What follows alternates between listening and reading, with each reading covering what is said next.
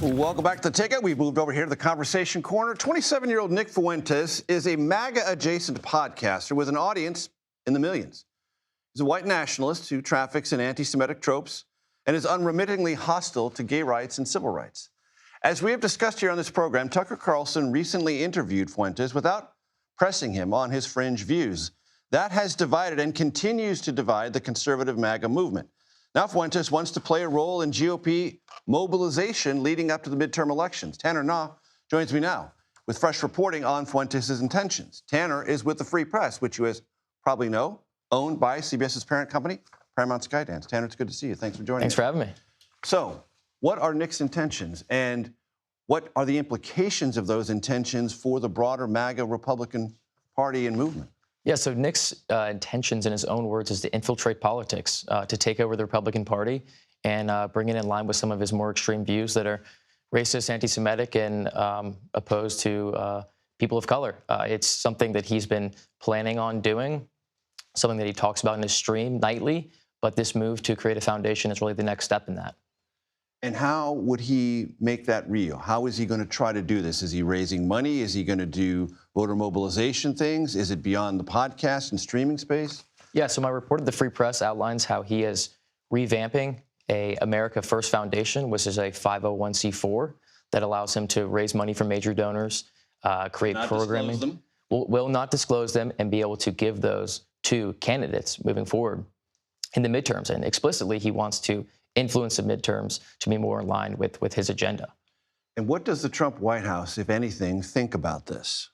You know, it's unsure. We talked to some White House officials. Some of them brushed it off. Some of them said it's very unfortunate that Nick Fuentes has such a large following, and that some of those voters might be vocal and might demand that some of these Republican candidates cater to their interests. It's unclear just because it's such an online phenomenon. But going forward, it's something that GOP operatives are definitely going to be looking at.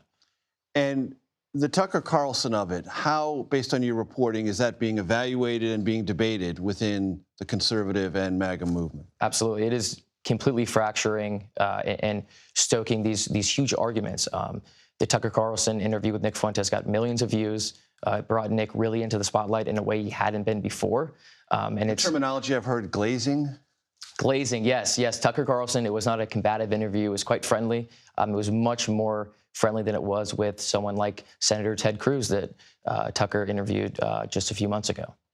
And lots of people within the movement, MAGA and conservative, have spoken out about this. And it seems to me, and correct me if I'm wrong, Tanner, that it is in part a generational divide. Young men, for whatever set of reasons, maybe they don't know enough about history, maybe they need a little bit more history about the Holocaust, about World War II, about who Stalin was, who Hitler was.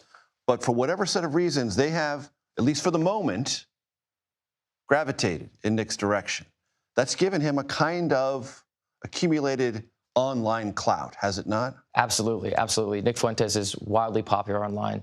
He does a nightly stream that goes for hours, but online on Instagram and X, these sound bites are 30 seconds to a minute long. And they, as has been said, are very, very racist, anti-Semitic sometimes, and these sell online. And there's a large contingent of young people, particularly, they call themselves groypers. Those are his fans that are really coming of age and entering, staffs and politics and growing up and getting into the halls of power. So it's something to watch, and it's something that the Republican Party is going to have to contend with. And it is generational in terms of older versus younger. And you use that term, groyper. Is there a definition, a understood definition of what a groyper either thinks or believes? So a groyper is a broad term that Nick Fuentes coined. He did? He did, yes. So it is singular to him. This sort of parasocial relationship between him and his fans during the nightly streams. Groypers,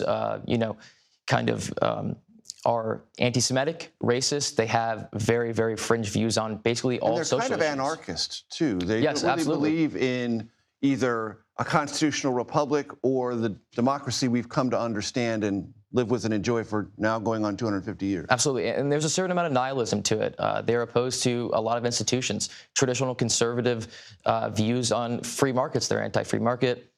They're anti-civil rights. But there's a sort of coalescing around these fringe populist, figures and camps from right to left, there are some progressives that have been more friendly to Nick Fuentes just on the basis that he's provocative and really takes it to the establishment. And I've seen the quote many times was to burn it all down. Absolutely.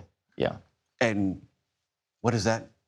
Is that definitionally, can we figure out what that actually means? Or is that just a abstract concept that some of the movement fear could take on real world consequences? I think it's something that's abstract. I think the abstract burning it all down really doesn't have a core mission.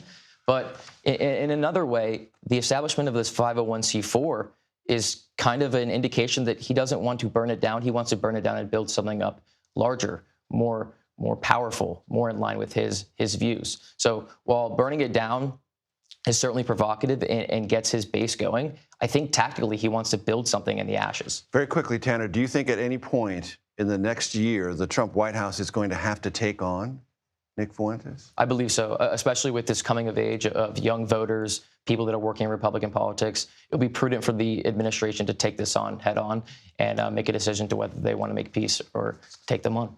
Tanner Nau, Free Press, great reporting, great perspective. Thanks for your time. I appreciate it.